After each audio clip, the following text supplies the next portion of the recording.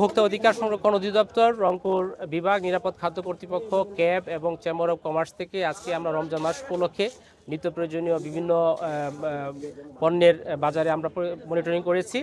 Mainly আমরা যেহেতু খেজুরটা একটা অন্যতম অনুষঙ্গ রমজানের, আমরা খেজুরের বাজার দেখেছি, সেখানে কিছু এলোমেলি পেয়েছি। সেখানে দুটি প্রতিষ্ঠানকে 5,000 টাকা অর্থদণ্ড করা হয়েছে এবং আমাদের কাছে ইনফরমেশন ছিল যে এখানে মাছের বাজারে লাইট দিয়ে রং পরিবর্তন করা হয়, যেটা আসলে গ্রাহক প্রকৃত মাছের চিত্রটা পান না। মাছকে এক ধরনের মেকআপ দেওয়া হয়, যার মাধ্যমে মেকআপবিহীন মাছকে তখন সে চিনতে পারে না, যেটাকে আমি ভালো মাছ কিনলাম, এটা পচা হলো কেমনে।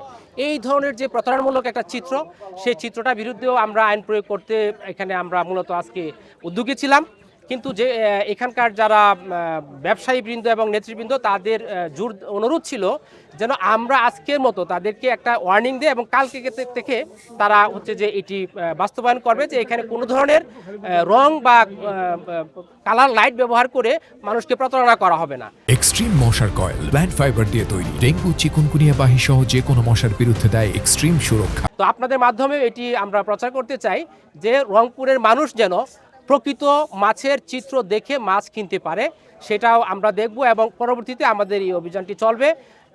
রমজান মাস উপলক্ষে রমজানের চাহিদা বেড়ে যায়, এ ধরনের সকল পণ্যের ক্ষেত্রে আমাদের তদারকি অব্যাহত থাকবে। ভোক্তা স্বার্থে, জনস্বার্থে আমাদের অভিযান চলবে। আইন প্রয়োগের বিষয়টি অবশ্যই এখানে প্রাসঙ্গিক, যেহেতু আইন প্রয়োগ আইন মানুষের জন্যই, এবং যারা এখানে স্টেক হোল্ডার আছে তাদের অনেকের এই বিষয়টি অজানা, এবং মৎস্য ব্যবসায়ীদের একটা বড় অংশ হচ্ছে যে আইন মানে অশিক্ষিত বা কম শিক্ষিত পর্যায়ের হয়। সেজন্য তাদের জোর অনুরোধটি ছিল, আমরা সেটি আজকের মতো সেটি তাদেরকে রক্ষা করেছি অনুরোধটি, এবং ভবিষ্যতে আগামীকাল থেকেই আমরা এই ধরনের লাইট ব্যবহার করতে আর অ্যালাউ করব না। ধন্যবাদ।